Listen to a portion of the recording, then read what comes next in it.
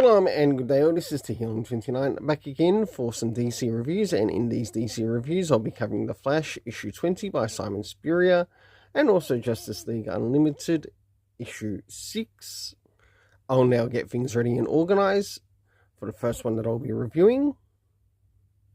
So, moving in, the first things first, does this cover in any way, shape or form connect to something that is happening inside with the story? In some essence it does, to which I give it a 5.5 out of 10. Now it's time to move into the area of the internal art as we have a look around the beginning, middle and of course the end, and also what's happening story-wise with the characters. So, as the story begins, we are catching up with Wally West. A lot of Wally West. Multiple Wally Wests. As we are, I don't know where the F we are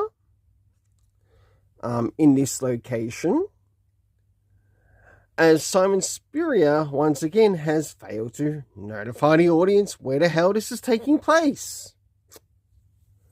Oh, the laziness of Simon Spurrier amazes me. He should be fired and Jeremy Adams should be put back on.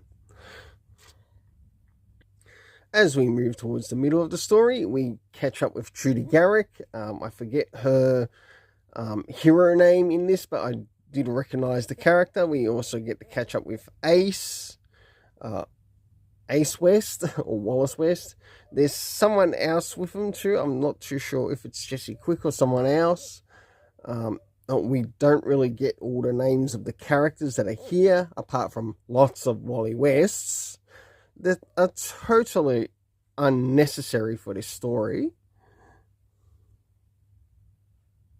Oh, plus members of Wally West's own family, including Irie, Jay, the Pilgrim, who is future Wade, of course Wade himself, and Linda West as well. And last but not least, towards the end, for the internal art, I give a 5.5 out of 10. Now it's time to move in relation to the area of the story.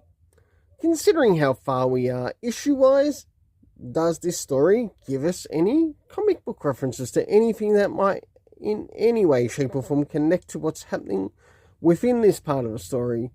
Nah, because Simon Spurrier is a waste of time on DC Comics. Next is the area of time. No, because he wastes our time with utter garbage.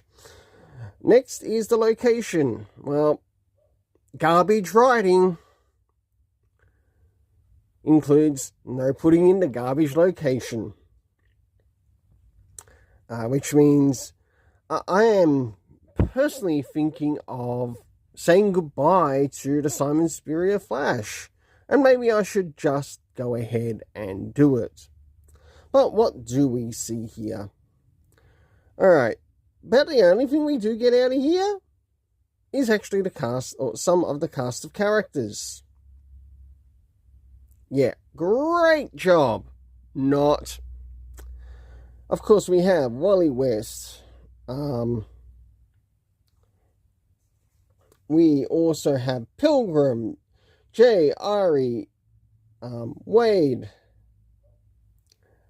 Linda, Ace, Judy Garrick,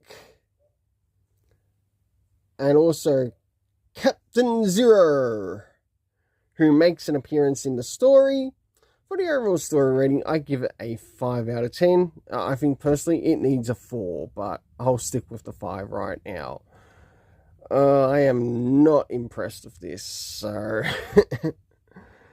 let's move on to the next one, to which, is there any improvement? Is it actually better than this? Let's find out. So, as we move into Justice League Unlimited, does this cover in any way, shape or form connect to something that is happening inside of the story?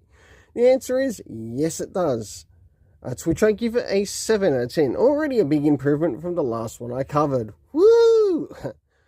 Now, let's move to the area of the internal art as we have a look around the beginning, middle, of course, the end, and also what's happening story-wise with the characters. Do we get a rough idea what's actually happening in this story or not? So, as the story begins, we start in a bit of a flashback of sorts, in a African jungle, and of course it moves to the area of Gorilla City, and we see how things are working in relation to this Gorilla Grodd and what's happening in Gorilla City, in relation to both, I guess, somewhat past and present Gorilla Cities, and also how the Justice League Unlimited crew will be working in this particular situation. As we move deeper within the story, around the halfway mark, of course, we reach the Legion of Doom's Hall of Doom, and some of the events that take place with the villains that are there, yes, including the Joker and another list of other characters too, that make their appearance, and also how this Legion of Doom is operating in this particular time. It's good to see some references as well to previous stories. And last but not least, as the war begins between the Justice League Unlimited in this particular fight, and also against the past Legion of Doom. So for the internal art, I give it a 7 out of 10, as it conveyed the message out of the story quite well.